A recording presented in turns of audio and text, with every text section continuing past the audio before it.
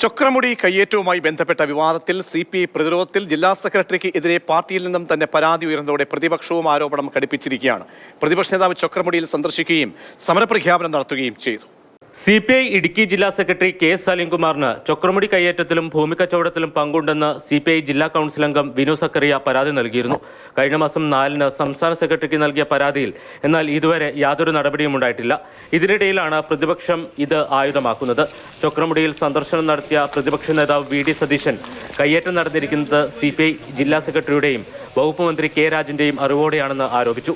Revenue മന്ത്രിക്ക് കിട്ടിയിരിക്കുന്ന ഒരു കത്ത്, ഡേറ്റ് പോലും ഇല്ല അതിൻ്റെ അകത്ത്.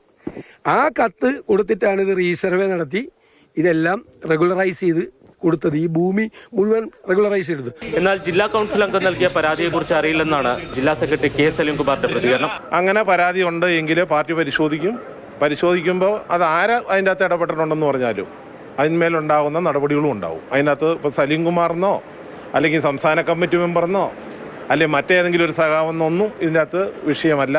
ചൊക്രമുടി കയ്യേറ്റത്തിൽ ജില്ലാ കളക്ടർ രൂപീകരിച്ച പ്രത്യേക സംഘം പരിശോധനകൾ തുടരുകയാണ്. ഇതോടൊപ്പം ഹൈക്കോടതി നിർദ്ദേശപ്രകാരം രൂപീകരിച്ച IG സേതുരാമന്റെ നേതൃത്വത്തിലുള്ള സമിതി ഈ മാസം 11-12 തീയതികളിൽ ജില്ലയിലെത്തും.